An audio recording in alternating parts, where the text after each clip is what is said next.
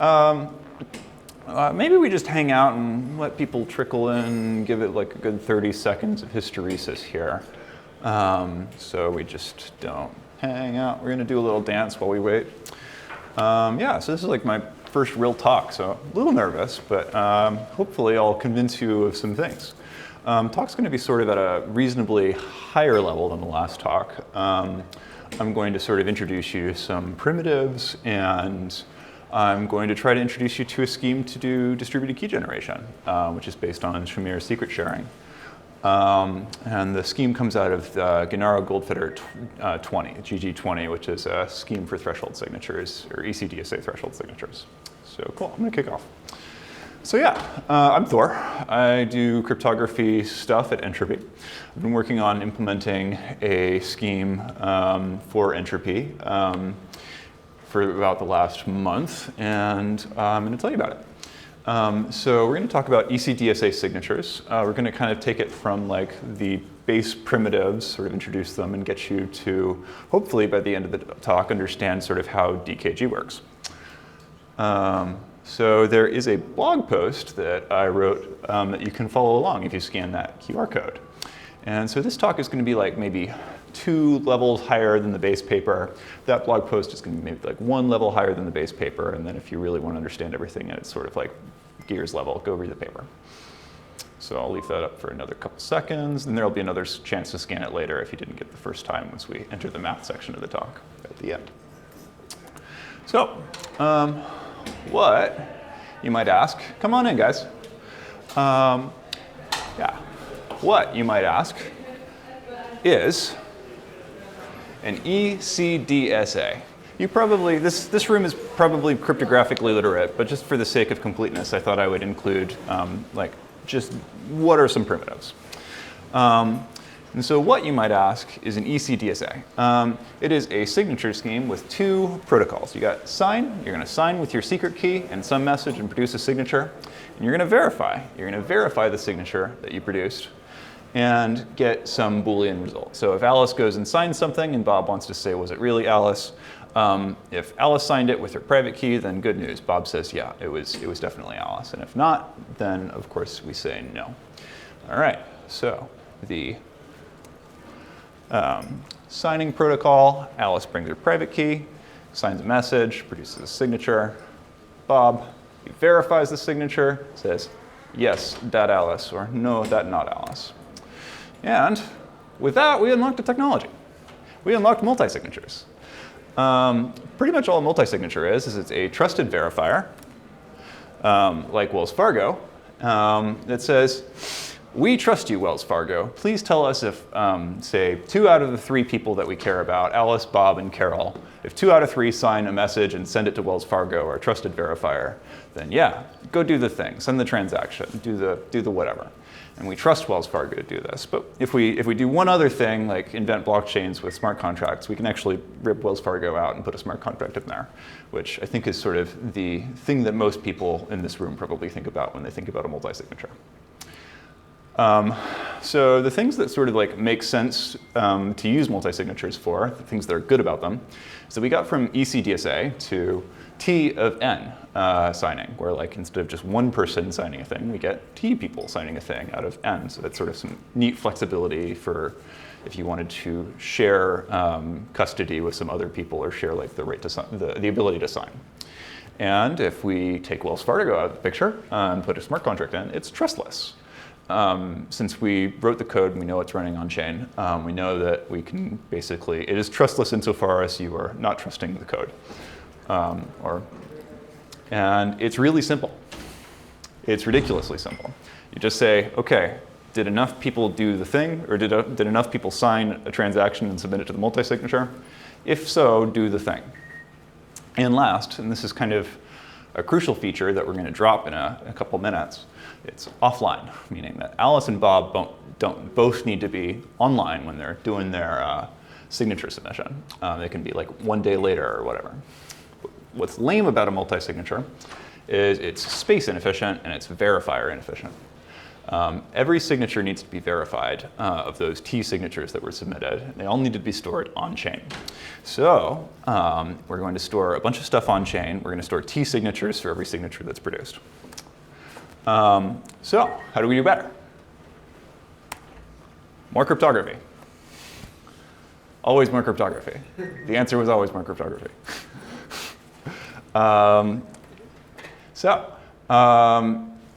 Alice, Bob, and Carol would ideally like to produce only a single signature, and then we only have to store and verify a single signature to basically get all of the stuff that we cared about. And so that means that the chain only does one verification and one signature storing, which space on chain and verification on chain is sort of expensive, so this is great. If we can figure out what to put in that question mark, then we solve space inefficiency and verifier inefficiency. But we have a new problem. And the new problem is that with a threshold signature, we basically have to lose our online property. Alice and Bob need to be online at the same time. And I'm sort of going to introduce you to one part of the two new things that we need to build a threshold signature, which is the key generation step. So in the threshold signature scheme, we keep all of these properties, we lose simple implementation, and we solve space efficiency and verifier inefficiency to create our signature. And so we're going to do some secret sharing. I'm going to kind of do a quick touch up on reminding you guys what a secret sharing scheme is for anyone who may not quite remember. In the scheme, we need Alice, who has some secret, U, maybe it's her private key, or maybe it's like a group private key. How can Alice construct shares of her secret so that this group can reconstruct the secret with, say, 2 out of 4 of the shares? So you might think about this sort of question of like, okay, so what could we possibly do so that we could distribute information between Alice and her friends such that any of them can reconstruct the secret? And a natural answer is let's use polynomials, because we're mathematicians and we like polynomials. They're great. They go up, they go down. And if you have at least some points of your polynomial, you can reconstruct the polynomial. But if you have anything fewer than that number of points, then if you have anything fewer of that number of points, then you will not be able to reconstruct the polynomial. And you can convince yourself that that's true by saying, let's take a degree 1 polynomial, which is a line. If you only have 1 point on the line, you're not going to get the line. And so we're going to use this sort of neat mathematical fact to reconstruct secret sharing. And so how is that going to work? Well, if you remember your linear algebra classes, or perhaps Lagrange interpolation, you might say, well, we're going to need any 2 points on this line to reconstruct that line. And a third point won't tell you any more information about the line because you already got the line. But less than 2 points, you didn't get the line. Same thing's true for like a parabola. You need 3 points on your degree 2 polynomial, the parabola, to reconstruct the parabola. And the sort of robust formalization of how to do this for arbitrary degree polynomials is called Lagrange interpolation. But it basically just means do this thing, reconstruct the polynomial. So we actually now have unlocked Shamir secret sharing, which basically says the thing that I just said. If Alice wants to do 2 of 4 secret sharing, we're going to take a degree 2 polynomial, which means that you need 3 points. There's a bit of a naming collision that happens here. 2 of 4 means you need 3 parties, but it's a degree 2 polynomial. So be aware that there's like some argument about that naming process. But basically, we now have the way for Alice to say, OK, I've got my 3 friends. I'm going to send them some points. And my friends can now do Shamir secret sharing and share the secret U. Why does this suck for constructing private keys if we're going to use constructing key shares if we're going to use this eventually for like a multi-party signing scheme where like we ideally want all of these parties to like not be able to guess what the other's secret shares are. It sucks because Alice knows what everyone else's secret shares are, which is great if we like think Alice is the only person with anyone to lose, but lame if we're like maybe we could do a little better. So Alice knows everything. That's no good.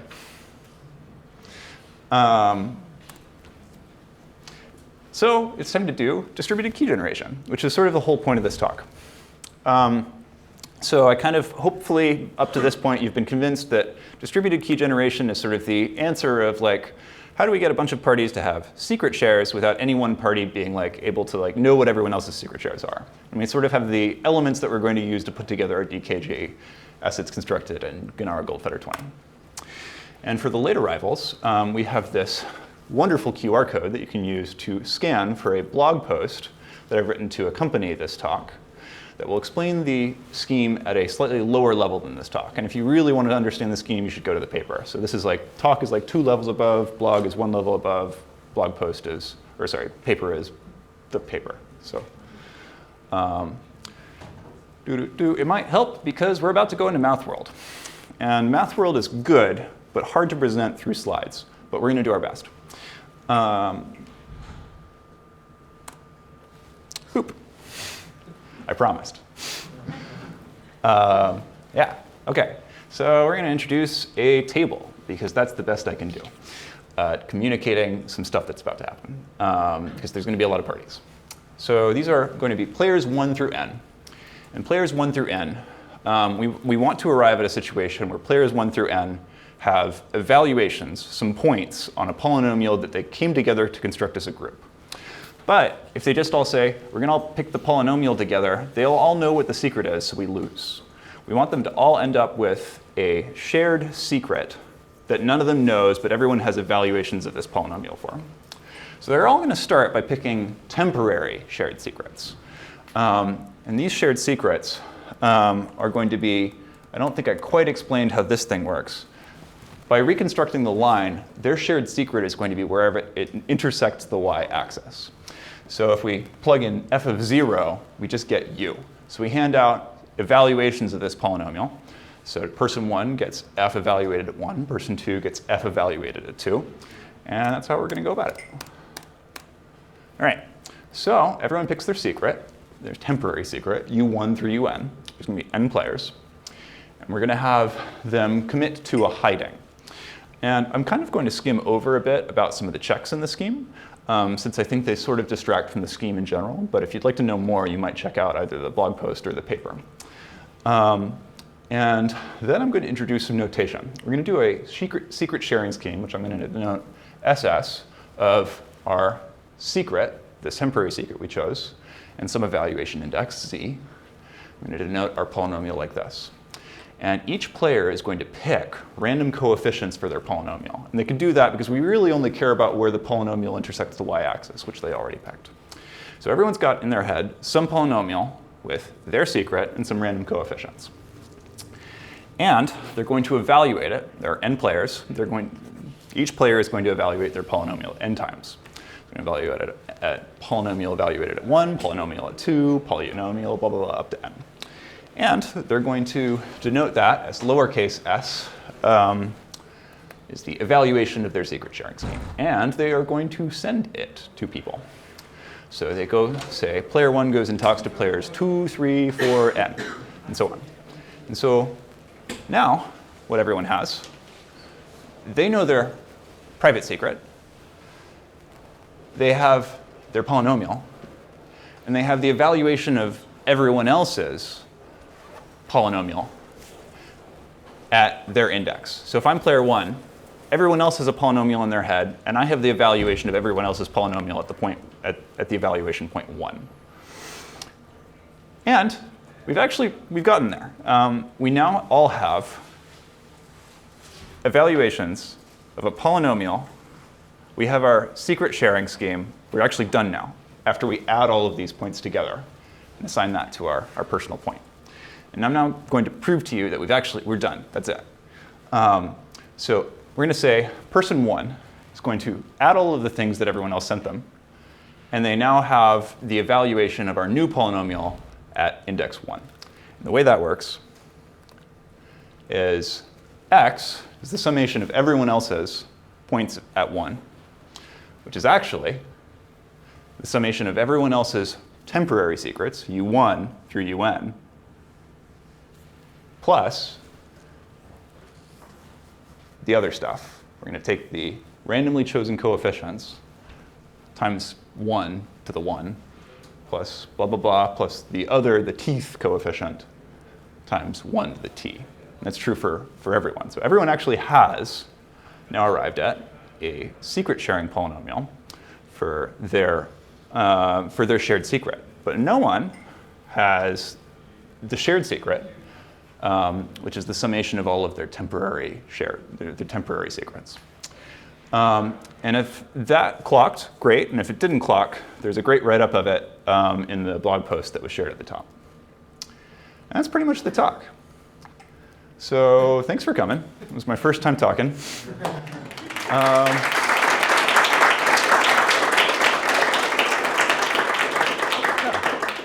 And I think we have time for questions. Hey, I was wondering, so I think that threshold scheme, the paper didn't linked. It wasn't updated, right? Because it was an error in the security proof. Yep. Do you know anything about that, or is it repeat the question? Yeah, so the question was that the paper was recently updated because Alpha Rays, published by Omer Shlomovitz, noted that several implementations of the scheme basically neglected to do one of the checks that the authors asserted that they had stated. But they stated it, I think, in a footnote or in such a way that many of the implementers did not add the check into their scheme. So a lot of these implementations were in fact vulnerable. So that has to do with a check that I did not describe in this talk.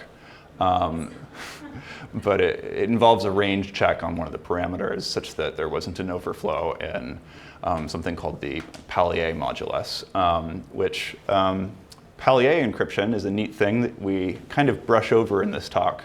But to understand the scheme in full, you need to understand what's called an additively homomorphic encryption scheme using the Pallier homomorphic encryption scheme.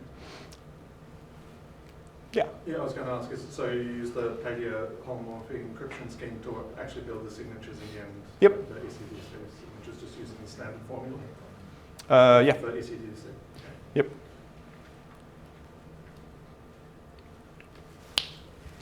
What are the requirements or for the network layer, like assumptions like PKI or broadcast and stuff, and are you using those, and are you able to have identifiable aborts during the DKG phase as well? Yeah, we are able to have identifiable aborts. Could you clarify what constraints in the network layer you quite mean? Reliable broadcast or existing public key infrastructure, so you can sign messages between the parties. Yeah, so we haven't quite decided on exactly what networking paradigm we're going to be working in, but we've basically been evaluating two models. One in which we have a sort of person that is supposed to, or some of the nodes in our system are going to be sort of broadcast nodes, and the other is where the nodes just talk to each other individually. But I think we're sort of, the jury's still out. Yep. My question is simply this, your title and talk includes about Ecdsa, but this generation, this key generation is generic, right? It's not That is a fair criticism. I kind of realized in retrospect that there's no part of this that is actually Ecdsa specific.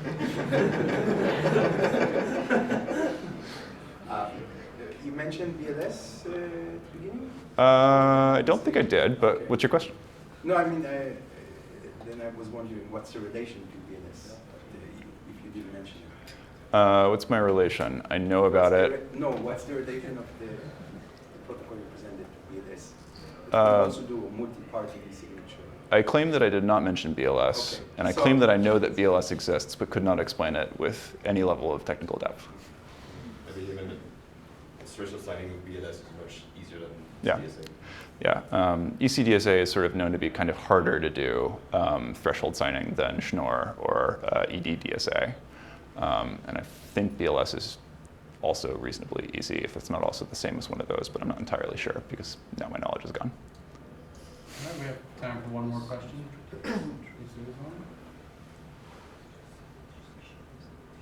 All right. Thanks for coming. Hope it was informative.